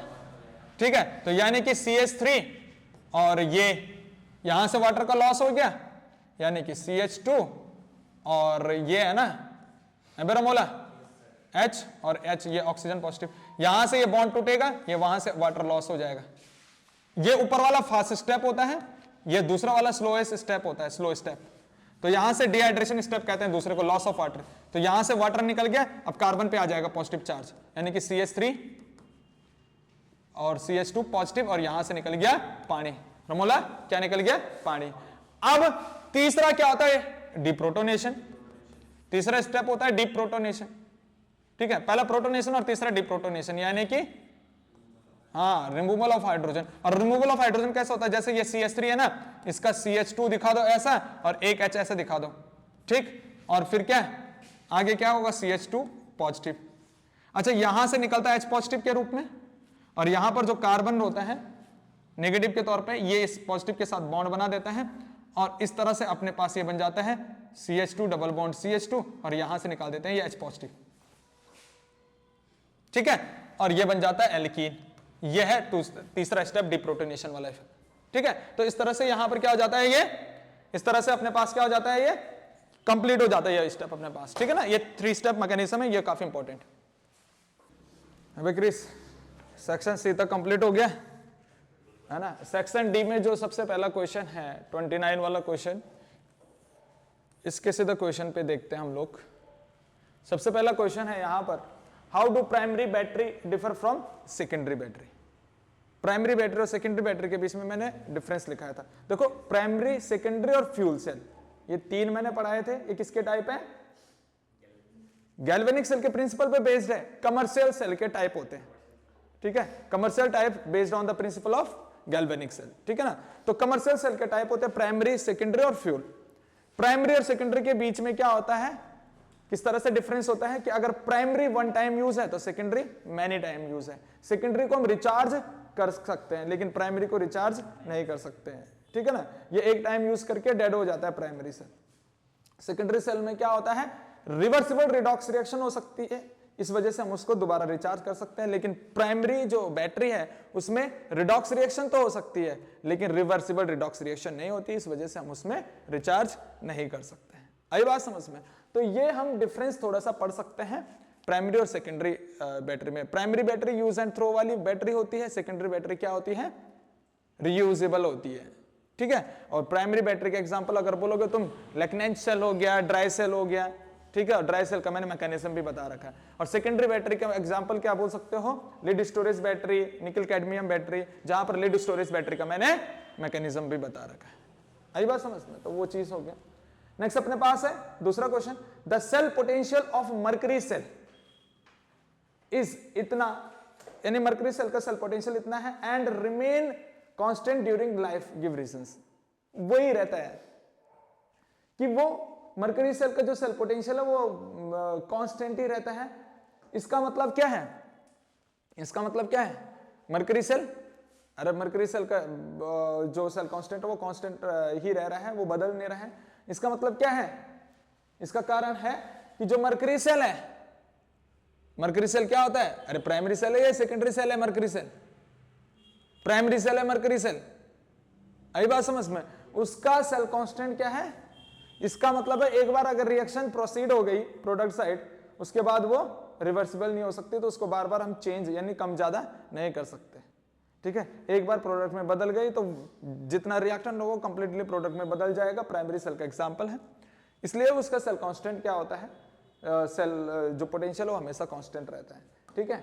नेक्स्ट अपने पास है सी वाला, the right the reaction involve in the recharging of the lead storage battery. ये देखो लीड स्टोरेज बैटरी का मैकेनिज्म आ रखा है, ठीक है। तो लीड स्टोरेज बैटरी का मैकेनिज्म मैंने तुम लोगों को बता रखा है। इसका सेल कैसे बनता है? देखो पीबी मैंने बोला है, पीबी किस में कन्वर्ट होता है? पीबीएसओ4 में, ठीक है। पीबी किस में जाता है? पीबीएसओ4 में। और फिर पीबीओ2 किस में जाता है? पीबीएसओ4, ठीक है। ये मैंने तुम्हें बता रखा है, ठीक है। तो ये इसका सेल है, यहां साइड हो जाएगा एनोड और यहां साइड हो जाएगा कैथोड, ठीक है। ये ऑक्सीडेशन, ये रिडक्शन, इसका तुम क्या करोगे? रिएक्शन मैकेनिज्म कर दोगे, ठीक है। मैंने जैसे करा रखा तुम लोगों को, एनोडिक रिएक्शन और कैथोडिक रिएक्शन करके फिर ओवरऑल रिएक्शन बना देंगे। तो ये मैंने नोट्स में करवा रखा है। नेक्स्ट, अगर इस वाले क्वेश्चन को नहीं करते तो इसमें और भी ऑप्शन आता है अपने पास। और में सबसे पहला यहां पर क्या बन जाता है? Write two advantage of fuel cell. देखो ऊपर प्राइमरी और सेकेंडरी सेल दे रखा था, अब यहां अलग से कमर्शियल सेल अपने पास फ्यूल सेल दे दिया। फ्यूल सेल के दो एडवांटेज लिखिए। फ्यूल सेल क्या होता है? हाँ, फ्यूल सेल क्या होता है? हाईली एफिशिएंसी होता है, हाईली एफिशिएंट होता है प्राइमरी और सेकेंडरी से, यानी कि वो ज्यादा एनर्जेटिक होता है। और मैंने ये बता रखा तुम लोगों को, लगभग 60 से 70% जो एनर्जी है उसको एनर्जी का कन्वर्जन करता है, ठीक है। यानी कि फ्यूल सेल क्या है? 60 to 70% केमिकल एनर्जी को इलेक्ट्रिकल एनर्जी में बदलता है, ठीक है। जबकि इतनी एफिशिएंसी, इतना एफिशिएंट प्राइमरी और सेकेंडरी सेल नहीं होता। आई बात समझ? लगभग फ्यूल सेल क्या करता है? 70% या 60 से 70% हम लिख सकते हैं केमिकल एनर्जी को इलेक्ट्रिकल एनर्जी में बदलता है। प्राइमरी और सेकेंडरी की इतना एफिशिएंट नेचर नहीं है जितना फ्यूल सेल का है। दूसरी बात फ्यूल सेल का क्या है? ये पॉल्यूशन लेस होता है, पॉल्यूशन फ्री होता है, ठीक। और तीसरी बात क्या है? इसको हम कहां पर यूज करते हैं? स्पेसक्राफ्ट प्रोग्राम में यूज करते हैं। जैसे एग्जांपल में है हाइड्रोजन फ्यूल सेल होता है ना, स्पेसक्राफ्ट प्रोग्राम में यूज करते हैं रॉकेट फ्यूल के तौर पे, है ना। तो उस तरह से हम यहां पर बोलते हैं हाइड्रोजन फ्यूल सेल। तो ये हो गया यहां पर, और भी यहां पर है, और में अब है देखो 29 वाला क्वेश्चन तो कंप्लीट हो चुका है। अब 30 क्वेश्चन है। अब 30 क्वेश्चन में क्या है? द वैलेंस बॉन्ड थ्योरी, ये भी जो है केस स्टडी वाला ही है। और इसका सीधा क्वेश्चन पे चलिएंगे। तो क्वेश्चन पे अगर चलें तो सबसे पहला क्वेश्चन क्या बोल रहा है? What is crystal field splitting energy? CFSE क्या है? अरे क्रिस्टल फील्ड स्प्लिटिंग एनर्जी निकालना भी मैंने तुम लोगों को बता रखा है यार। क्रिस्टल फील्ड, ठीक है, मैंने बता रखा CFSE। और कैसे निकालते हैं क्रिस्टल फील्ड स्प्लिटिंग एनर्जी? कैसे निकालते हैं क्रिस्टल फील्ड स्प्लिटिंग एनर्जी भाई? अरे जैसे मान लीजिए ये d ऑर्बिटल का क्या हो रहा है? स्प्लिटिंग हो रहा है। मान लीजिए इसका ऑक्टाहेड्रल स्प्लिटिंग हो रहा है, तो Eg ऊपर रहेगा और T2G नीचे रहेगा। इस तरह से T2G नीचे रहेगा, ठीक। नीचे की एनर्जी कितनी होती है, जहां ये 3 डब्बे जाते हैं वहां एनर्जी कितनी होती है 0.4 माइनस का, और जहां 2 डब्बे जाते हैं वहां 0.6 प्लस का, एक डब्बे की एनर्जी। ठीक, तो हम किस तरह से CFS से निकालते हैं, पहले लोअर से चलते हैं हम। ठीक है कि 0.4 किसका, माइनस का, नीचे है। ठीक है, इनटू T2G के इलेक्ट्रॉन्स ऑफ T2G। ठीक, प्लस क्या करते हैं, 0.6 और इनटू ब्रैकेट में क्या, Eg के इलेक्ट्रॉन्स, और लास्ट में प्लस क्या, पेयरिंग एनर्जी कि कितने इलेक्ट्रॉन्स पेयर है। ठीक है, तो इस तरह से क्रिस्टल फील्ड स्प्लिटिंग एनर्जी निकलती है, बहुत इंपॉर्टेंट चीज है ये। तो वो बोल रहा है what is crystal field splitting energy. अगर इसको डिफाइन करना है कि क्रिस्टल फील्ड स्प्लिटिंग एनर्जी क्या होती है, जिस एनर्जी पे d ऑर्बिटल क्या हो जाती है, स्प्लिट हो जाती है, उसी को कहते हैं क्रिस्टल फील्ड स्प्लिटिंग एनर्जी। यानी कि d ऑर्बिटल किसमें स्प्लिट हो रही है, T2G और Eg में, तो उसी को हम क्या कहते हैं, the minimum amount of energy is required to splitting d orbital T2G and Eg में, तो उसी को हम कहते हैं crystal field splitting energy. Formula इस तरह से बन जाता है उसके निकालने का। ठीक है, नेक्स्ट अगर मैं बात करता हूं give reasons for the violet colour of complex, ये इसका कलर बोल रहा है कि वायलेट है, on the basis of crystal field theory. CFT के बेस पे बताया, क्रिस्टल फील्ड थ्योरी के बेस पे बताया, इसका वायलेट कलर है। अरे वायलेट कलर है क्योंकि इसमें अनपेयर्ड इलेक्ट्रॉन्स होगा, इसमें अनपेयर्ड इलेक्ट्रॉन प्रेजेंट होगा, अनपेयर्ड इलेक्ट्रॉन्स होगा तो ये dd ट्रांजिशन करेगा। अरे dd ट्रांजिशन मतलब क्रिस्टल फील्ड की थ्योरी में ही तो है ना dd ट्रांजिशन, जब क्या होता है d ऑर्बिटल स्प्लिट होता है। ठीक है, तो लोअर d से हायर d में इलेक्ट्रॉन चले गया। अब जब हायर d से लोअर d में इलेक्ट्रॉन्स आता है तो एनर्जी एमिट करता है इन the form of colourful radiation. देखो लोअर एनर्जी से हायर एनर्जी में इलेक्ट्रॉन अगर गया तो वो इलेक्ट्रॉन को एनर्जी को गेन करके गया, और जब वो हायर एनर्जी से लोअर एनर्जी में आएगा तो उतने ही एनर्जी को वो, जितना एनर्जी उसने गेन करके ऊपर गया, जब वो ऊपर से नीचे आएगा उतनी एनर्जी लॉस करेगा इन the form of colourful radiation, और इसी चीज को बोलते हैं dd ट्रांजिशन। आई बात समझ में, जब हायर एनर्जी ऑर्बिटल से लोअर एनर्जी ऑर्बिटल में इलेक्ट्रॉन जंप करता है तो वो कलरफुल रेडिएशन यानी एनर्जी एमिट करता है इन the form of colourful radiation, और उसी को हम कहते हैं dd ट्रांजिशन। और ये dd ट्रांजिशन CFT में देखने को हमें मिलता है। और dd ट्रांजिशन कौन करता है, अनपेयर्ड इलेक्ट्रॉन, क्योंकि अनपेयर्ड इलेक्ट्रॉन ही क्या करेगा, ट्रांजिशन करेगा, यानी कि अनपेयर्ड इलेक्ट्रॉन से इधर उधर कूदता है, क्योंकि वो क्या होगा, अनस्टेबल होगा, और जो पेयर्ड इलेक्ट्रॉन होगा वो तो स्टेबल हो जाएगा ना, तो पेयर्ड इलेक्ट्रॉन कहीं नहीं जाता।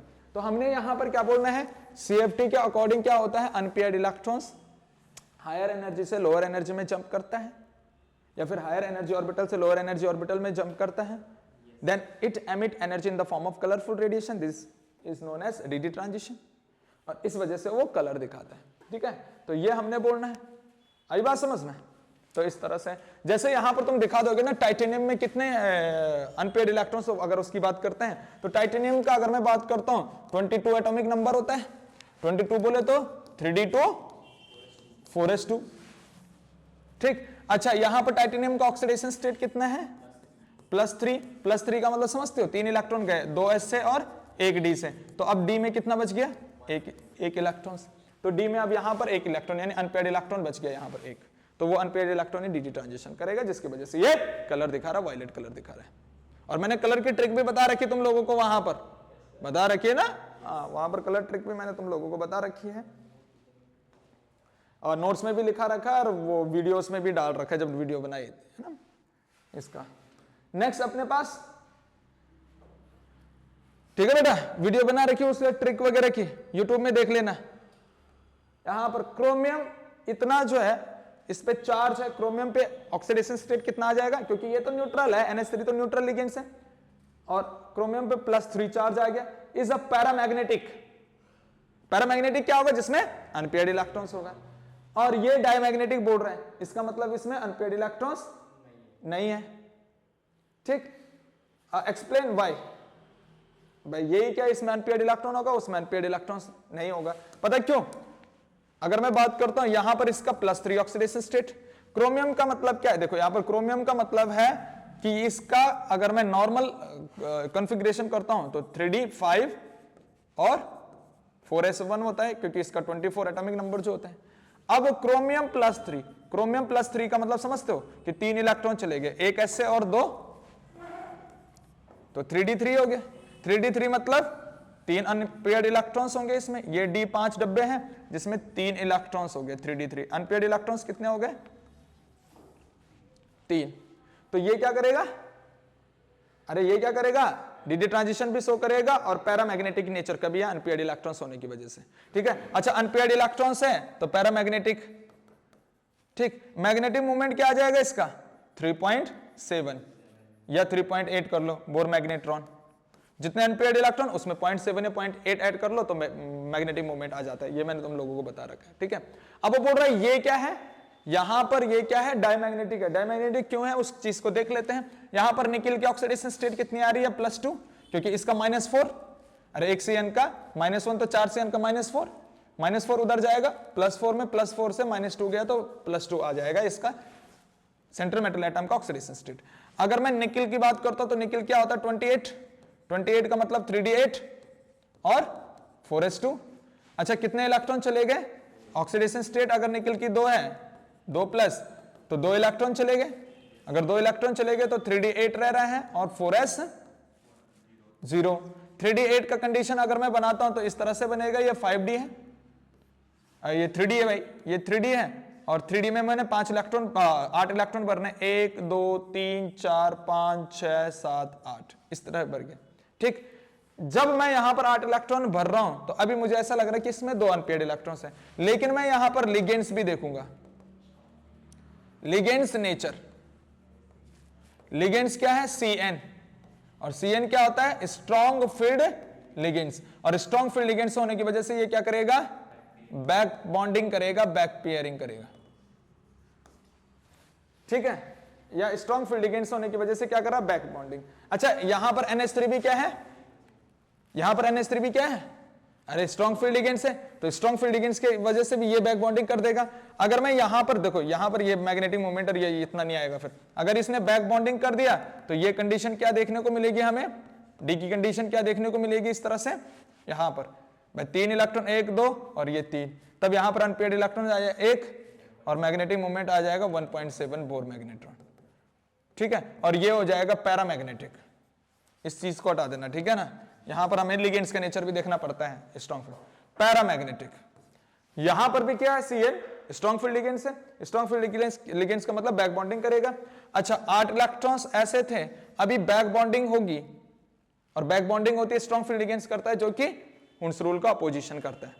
ठीक है, तो अब क्या होगा? ये 8 इलेक्ट्रॉन कुछ ऐसे आ जाएंगे डी में, जैसे मान लीजिए ये 3d है, ये 8 इलेक्ट्रॉन कुछ ऐसे आ जाएंगे, पेयरिंग हो जाएगा 2 2 4 2 6 2 8। ठीक है, हुंस रूल क्या बोलता है? पहले हर एक ऑर्बिटल में एक एक इलेक्ट्रॉन जाना चाहिए, लेकिन उस चीज का अपोज करता है स्ट्रॉन्ग फील्ड लिगेंड्स, पहले पेयरिंग करवा देगा। तो अब अनपेयर्ड इलेक्ट्रॉन्स कितने हैं? 0, जबकि यहां पर पेयरिंग होने के बाद भी अनपेयर्ड इलेक्ट्रॉन 1 बच रहा था, लेकिन यहां पर पेयरिंग होने के बाद अनपेयर्ड इलेक्ट्रॉन बच नहीं रहे। ठीक है, तो यहां पर ये क्या हो जाएगा? Diamagnetic nature. ठीक, और मैग्नेटिक मोमेंट क्या आ जाएगा इसका? 0, ये चीज। और ये कलर भी शो नहीं करेगा, डी ट्रांजिशन शो नहीं कर रहा है, लेकिन ये कलर शो करेगा क्योंकि डी ट्रांजिशन शो कर रहा है अनपेयर्ड इलेक्ट्रॉन। नेक्स्ट अपने पास इसका और में जो सी वाला पोर्शन, एक्सप्लेन व्हाई FeCN6 का होल 3 इस तरह से 3 positive charge is a inner orbital complex, whereas ये आउटर ऑर्बिटल कॉम्प्लेक्स। अच्छा इनर ऑर्बिटल कॉम्प्लेक्स कब होता है? जब स्ट्रॉन्ग फील्ड लिगेंड्स यूज हो रहा हो। इनर ऑर्बिटल कॉम्प्लेक्स कब हो? जब स्ट्रॉन्ग फील्ड लिगेंड्स यूज हो रहा हो और ऑक्टाहेड्रल ज्योमेट्री क्या बन रही हो। अगर मैं हाइब्रिडाइजेशन बोलता हूं तो D2sp3 यहां पर हाइब्रिडाइजेशन हो रहा है। और अगर मैं यहां पर बात करता हूं इसकी, तो ये H2O क्या है? वीक फील्ड लिगेंड्स है। ठीक, और बाहर की डी भरी जा रही है, अब अंदर की डी नहीं भरी जा रही है, अब आउटर डी भरी जाती है, तो पहले S फिर P और बाहर की डी भरी जा रही है। तो ये वाली इलेक्ट्रॉनिक ये वाली जो हाइब्रिडाइजेशन यहां पर देखने को मिलेगी sp3d2, तो उसमें हम बोलते हैं आउटर ऑर्बिटल कॉम्प्लेक्स, क्योंकि यहां पर डी बाहर वाली भरी जा रही है, आउटर डी भरी जाती है, जबकि यहां पर डी सबसे पहले भरी जा रही है, इनर वाली डी भरी जा रही है। तो ये इनर ऑर्बिटल कॉम्प्लेक्स क्यों? क्योंकि इसमें अंदर वाली डी ऑर्बिटल भरी जा रही है, इनर डी ऑर्बिटल भरी जा रही है, और इसको इनर ऑर्बिटल कॉम्प्लेक्स के साथ साथ लो स्पिन कॉम्प्लेक्स भी कहते हैं, क्योंकि इनर ऑर्बिटल की एनर्जी क्या होती है? कम, इस वजह से इसको लो स्पिन कॉम्प्लेक्स भी कहते हैं। और यहां पर D2 बाहर वाला है, तो इसको आउटर ऑर्बिटल कॉम्प्लेक्स कह लो चाहे हाई स्पिन कॉम्प्लेक्स कह लो, क्योंकि बाहर वाले की एनर्जी ज्यादा होती है।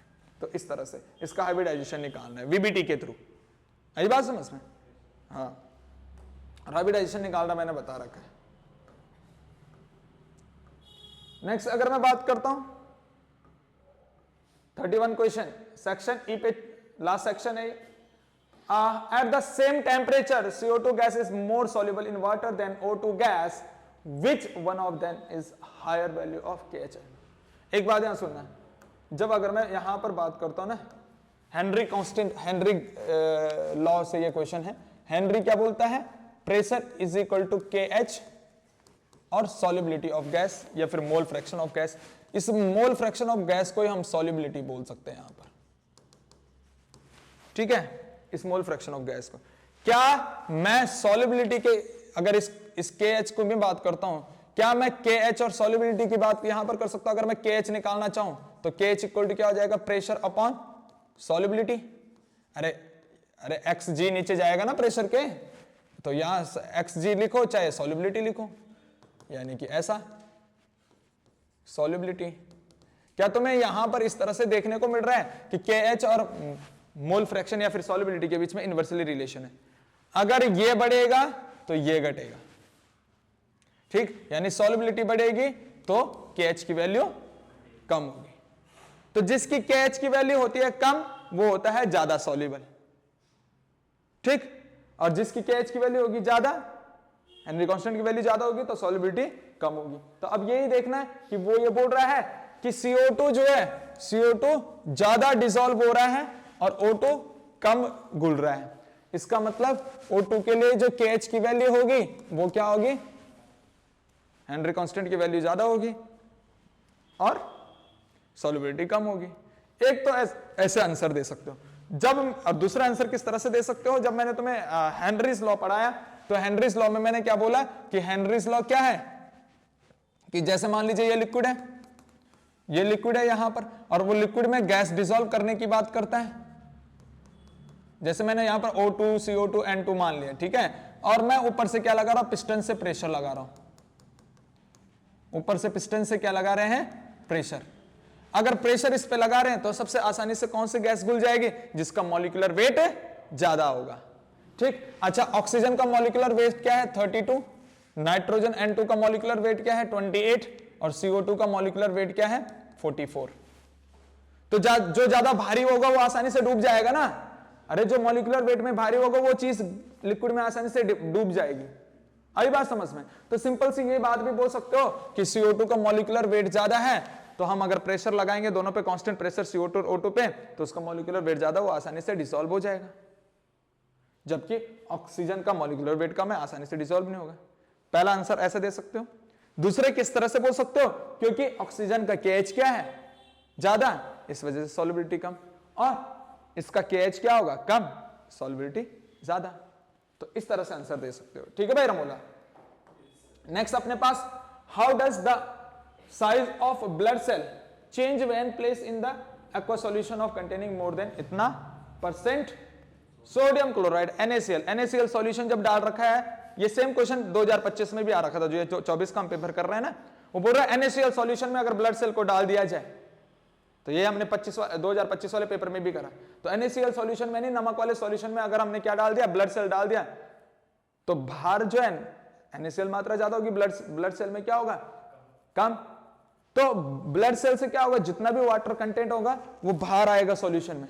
अब ब्लड सेल क्या हो जाएगी? श्रिंक हो जाएगी। आई बात समझ में? क्योंकि बाहर का सॉल्यूशन का कंसंट्रेशन ज्यादा है और ब्लड सेल के अंदर कम है NaCl की मात्रा, तो बाहर की तरफ आएगा, यानी ब्लड सेल के अंदर जितना भी पानी होगा वो बाहर की तरफ आएगा और ब्लड सेल श्रिंक हो जाएगी, ठीक? 2025 में क्वेश्चन जो पूछा गया है कि NaCl सॉल्यूशन में डाल दिया, सिंपल। और यहां पर बोल रहा है इतने % मोर देन इतने % NaCl। जब भी NaCl का आए तो हमें ये बोलना है कि वो कंसंट्रेटेड सॉल्यूशन बन जाएगा और उसमें क्या हो जाएगी? श्रिंक हो जाती है। और जब अगर मैं सिंपल पानी में डाल दूं ब्लड सेल को, तो ब्लड सेल क्या हो जाती है, स्वेल हो जाएगी। क्यों? क्योंकि बाहर पानी की मात्रा ज्यादा होगी, डाइल्यूट हो जाएगा ना बाहर वाला सॉल्यूशन, और अंदर वाला सॉल्यूशन थोड़ा कंसंट्रेटेड होगा सेल के अंदर, तो अब वहां पर पानी अंदर घुसेगा, तो फिर ब्लड सेल फूल जाएगी। ठीक है, तो ये चीज है। तो अगर सिंपल पानी में डाल रहे हो तो ब्लड सेल फूल जाएगी, लेकिन अगर NaCl यानी कि सॉल्टी वाटर में डाल रहे हो या फिर कंसंट्रेटेड सॉल्यूशन में डाल रहे हो तो ब्लड सेल श्रिंक हो जाएगी, क्योंकि वहां से एक्सोऑस्मोसिस होगा। यहां पर क्या होगा, एक्सोऑस्मोसिस। एक्सोऑस्मोसिस मतलब कि ब्लड सेल से बाहर निकल रहा है पानी, तो एक्सोऑस्मोसिस। और अगर सिंपल पानी में हमने क्या डाला, ब्लड सेल डाली, तो वहां पर एंडोऑस्मोसिस होगा, अंदर जाएगा पानी, जिसकी वजह से साइज फूल जाएगा। नेक्स्ट क्वेश्चन है, 1 molar aqua solutions of an electrolyte A2B3 is 60% ionized. Calculate the boiling point of the solution. अच्छा, वो बोल रहे हैं बॉइलिंग पॉइंट सॉल्यूशन का निकालना है। क्या बॉइलिंग पॉइंट का फॉर्मूला तुम्हें लोगों को पता है? सॉल्यूशन का बॉइलिंग पॉइंट तो क्या होता है, delta TB equal to boiling point of solution TBS minus TB naught, और ये है बॉइलिंग पॉइंट ऑफ सॉल्यूशन, क्योंकि ये सॉल्वेंट के लिए है। अरे ये सॉल्वेंट का बॉइलिंग टेम्परेचर होता है और ये सॉल्यूशन का बॉइलिंग टेम्परेचर। तुम्हें ये निकालना है, ये वाला। तो ये वाला कैसे निकालोगे भाई तुम लोग, ये वाला कैसे निकालोगे? क्या तुम ऐसा बोलोगे TBS equal to delta TB plus TB naught? ठीक, और अगर वहां पर सॉल्यूशन में सॉल्वेंट वाटर है, क्योंकि अगर सॉल्वेंट कुछ नहीं दे रखा, एक्वस है, यहां पर एक्वस मतलब वाटर, तो वाटर के लिए बॉइलिंग पॉइंट कितना होता है केल्विन में? 373 केल्विन, अरे 100 डिग्री सेंटीग्रेड तो 373। अच्छा, प्लस डेल्टा TB तुम्हें निकालना है। डेल्टा TB तुम्हें पता आ गया तो तुम्हारे पास TBS की वैल्यू पता चल जाएगी। क्या तुम्हें डेल्टा TB के जो है फॉर्मूला, दूसरा फॉर्मूला भी है, तुम डेल्टा TB वाला लगा सकते हो, क्या KB MI। ठीक, अच्छा क्या तुम्हें यहां पर KB दे रखा है? ठीक है, KB की वैल्यू रख दोगे, मोलैलिटी निकाल दोगे। ठीक है, अरे मोलैलिटी निकाल दोगे, अरे KB की वैल्यू दे रखा है इतना। ठीक, मोलैलिटी निकालना है, I भी निकालना पड़ेगा पहले। ठीक है, अच्छा मोलैलिटी 1 मोलाल दे रखा है, अरे मोलैलिटी तो 1 मोलाल दे रखा है, यानी M की जगह पे 1 हो जाएगा। अच्छा KB की वैल्यू इतनी दे रखी है, ये KB हो गया। ठीक, और मोलैलिटी की जगह पे 1M दे रखा है। अब सीधा हमें I निकालना है। I अगर निकल जाए तो हमारा डेल्टा TB आ जाए, डेल्टा TB की जगह पे ये रख देंगे। अब एक बात ध्यान सुनना, अगर तो वो 60% आयनाइज नहीं बोलता, अगर वो सिंपल ये बोलता कि कंप्लीटली आयनाइज, तो कंप्लीटली आयनाइज मतलब A2B3 किस तरह से टूट जाता है, 2A प्लस 3B नेगेटिव, इस तरह से। तब हमारे पास I की वैल्यू क्या हो जाती, 2 और 3 5। अगर वो क्या बोलता है, कंप्लीटली आयनाइज, अगर वो क्या बोलता है, कंप्लीटली आयनाइज। लेकिन यहां पर कंप्लीटली आयनाइज तो हो नहीं रहा है, केवल 60% आयनाइज हो रहा है। तो जब कंप्लीटली आयनाइज ना हो, कुछ ऐसा फॉर्मूला करके तुम्हें दे दे कि ये इतना % आयनाइज हो रहा है, ये इतना % आयनाइज हो रहा है।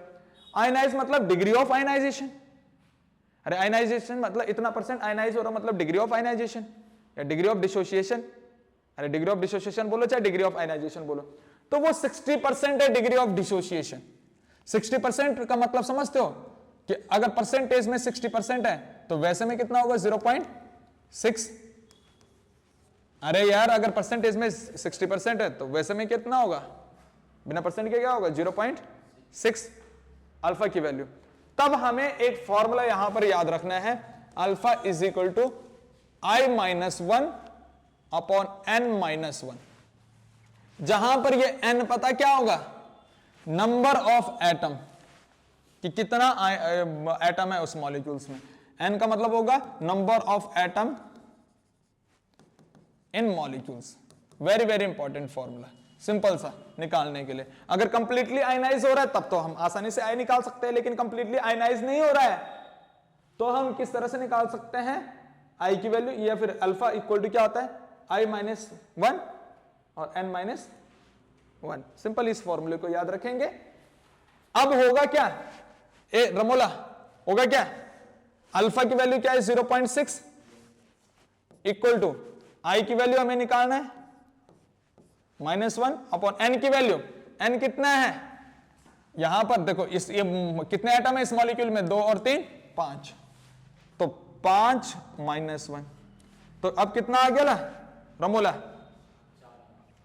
ये 4 यहां नीचे हो जाएगा, 4 इंटू या फिर यानी 0.6 इंटू I-1/4, ये 4 इधर जाएगा तो क्या हो जाएगा 2.4 इक्वल टू, अरे ये ऐसा होगा ना यहां पर, यानी कि सिंपल सी मैं बात कर लेता हूं, ये इधर 0.6 इंटू 4 इक्वल टू I-1, ठीक है ना, और ये क्या हो जाएगा 2.4 इक्वल टू I-1, और ये इधर गया तो कितना हो गया, I की वैल्यू क्या आ गया 3 ये यहां पर क्या गया माइनस, और ये प्लस में ही तो जाएगा, तो क्या हो जाए I की वैल्यू आ जाए 3.4, तो I की वैल्यू आ गई 3.4। देखो अगर 60% कंप्लीट 60% आयनाइजेबल हो रहा है तो I की वैल्यू 3.4, अगर कंप्लीटली आयनाइज होता तो I की वैल्यू 5 आता, लेकिन ये केवल 60% आयनाइजेबल हो रहा है तो I की वैल्यू कितना आया 3.4। तो क्या तुम यहां पर I की वैल्यू रख दोगे 3.4, यानी कि delta TB equal to KB की वैल्यू तुझे पता है रमोला 0.52, ठीक, इंटू M की वैल्यू 1 इंटू I की वैल्यू 3.4, सब मल्टीप्लाई कर देगा, डेल्टा TB आएगा, डेल्टा TB की वैल्यू यहां पर रखेगा और TBS आ जाएगा सॉल्यूशन का, है ना इजी क्वेश्चन।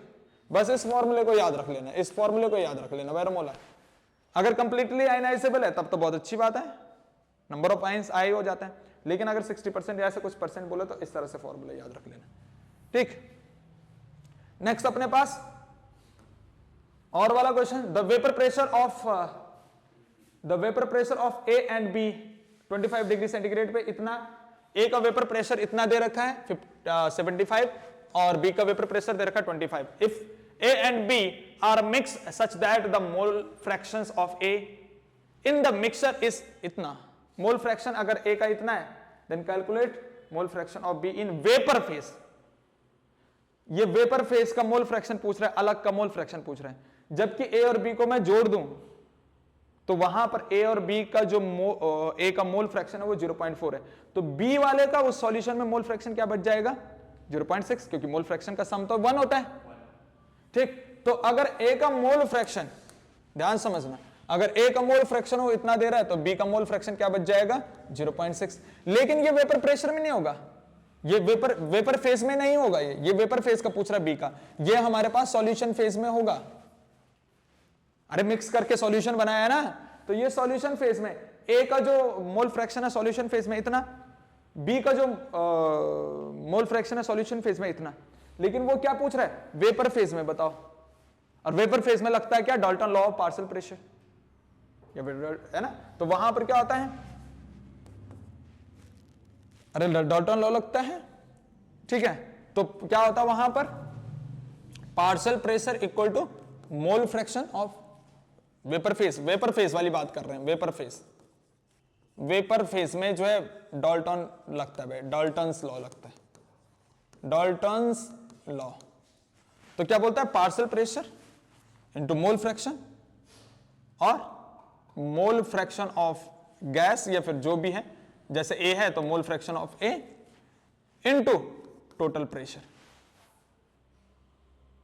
ठीक। और अगर मुझे मोल फ्रैक्शन या फिर मुझे मोल फ्रैक्शन अगर बी का निकालना है तो पार्शियल प्रेशर ऑफ बी हो जाएगा, तो मोल फ्रैक्शन ऑफ बी हो जाएगा, मोला। इस फॉर्मूले से हम क्या कर सकते हैं, इस फॉर्मूले से हम एक्स भी निकाल सकते हैं वेपर प्रेशर का, ठीक। तो हम अगर मैं बात कर रहा हूं mole fraction of vapour pressure equal to PB upon PT हो जाएगा।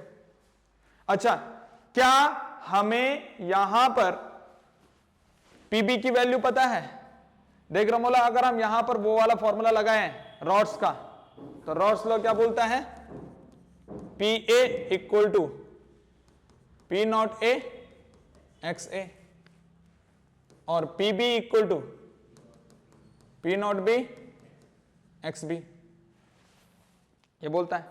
और अगर फिर टोटल प्रेशर लगाएं तो टोटल प्रेशर क्या हो जाएगा, हाँ, पी टी इक्वल टू क्या हो जाता है P not A X A plus P not B X B. ये होता है। अब वो बोल रहा है वेपर प्रेशर ऑफ ए, यानी कि पी नॉट ए, यह है रमोला पी नॉट ए। तो पी नॉट ए की वैल्यू पी नॉट ए की जगह पे रख देगा, ठीक, इतना। और बी का जो वेपर प्रेशर है पी नॉट बी, वो इतना, क्या रमोला, पी नॉट ए की जगह पे इतना रख देगा, पी नॉट बी की जगह पे इतना रख देगा। अरे ये पी नॉट ए है और पी नॉट बी है। अच्छा रमोला, एक्स ए की जगह पे इतना रख देगा जो दे रहा है, और एक्स बी की जगह पे 0.6 रख देगा। क्या तेरे पास टोटल प्रेशर आ जाएगा, पीटी आ जाएगा। अरे पीटी आ जाएगा। अगर पीटी आ गया तो X B equal to, hello Ramola, PT की वैल्यू तेरे पास आ गई। अरे यहां से पीटी की वैल्यू आ गई यार रमोला, सारी चीज तो दे रखा है, ठीक। और पीबी भी रखना है, ऊपर पीबी रख दे, और पीबी इक्वल टू क्या है, ये वैल्यू, यानी कि P not B X B. बस आ जाएगा वेपर फेस का। ये वाला एक्स बी अलग है, ये वेपर फेस वाला है, वेपर फेस, यहां वी वी लिख दो तब तुम कंफ्यूज नहीं होगे। आई बात समझ में? यानी कि पीटी तो यहां से आ गया, पीटी रखोगे नीचे, ऊपर क्या रखोगे, पीबी, और पीबी की वैल्यू क्या है, P not B X B, ठीक। तो पी नॉट बी और पी नॉट बी और X B, P not B भी तुम्हें पता है, पी नॉट बी इतना, और एक्स बी भी तुम्हें पता है 0.6, दोनों को डिवाइड करोगे तो वेपर प्रेशर का मोल फ्रैक्शन आ जाएगा। आई बात समझ में? इतना कर दोगे। नेक्स्ट अपने पास define colligative properties. Colligative properties क्या होता है, जो अमाउंट ऑफ सॉल्यूट पर डिपेंड करे। The properties of solution which depends on amount of solute और number of solute particles, but not its nature of solute. Nature of solute पे depend नहीं करती, शेप और साइज पे डिपेंड नहीं करती, केवल अमाउंट पे डिपेंड करती है। Which colligative properties is preferred for the molar mass determine of the macromolecules. कौन सी कॉलिगेटिव प्रॉपर्टीज ऐसी है जिसमें मोलर मास निकाल सकते हैं, मोलर मास डिटरमाइन कर सकते हैं मैक्रोमोलिक्यूल का, वो है ऑस्मोटिक प्रेशर, पाई, ठीक है। तो उसमें हम क्या निकाल सकते हैं, मोलर मास निकाल सकते हैं मोलर मास। अरे pi is equal to CHT, C मतलब कंसंट्रेशन, कंसंट्रेशन क्या होता है, मोल पर वॉल्यूम, और मोल से हम मोलर मास निकाल सकते हैं, तो वो यहां पर ऑस्मोटिक प्रेशर आ जाएगा कि वो वाली होगा, ठीक है ना। नेक्स्ट अपने पास why are equimolar solutions of sodium chloride and glucose not isotonic. अरे सोडियम क्लोराइड और ग्लूकोज क्यों आइसोटोनिक नहीं है? आइसोटोनिक का मतलब है कंसंट्रेशन सेम होना चाहिए, ठीक। और अगर दूसरी बात यह है कंसंट्रेशन सेम बोले तो ऑस्मोटिक प्रेशर सेम। अरे ऑस्मोटिक प्रेशर सेम होना चाहिए। देखो आइसोटोनिक सॉल्यूशन क्या होता है, कंसंट्रेशन सेम और ऑस्मोटिक प्रेशर सेम। अगर मैं इसका ऑस्मोटिक प्रेशर निकालता हूं, किसका, sodium chloride, sodium chloride NaCl होता है रमोला, I की वैल्यू क्या आ जाएगी NaCl के लिए 2, और पाई इज इक्वल टू क्या होता है CSTi। अच्छा ये कांस्टेंट, ये कांस्टेंट, ये कांस्टेंट अगर मानते हैं तो क्या pi is directly depends on what of factors, ठीक। अगर मैं NaCl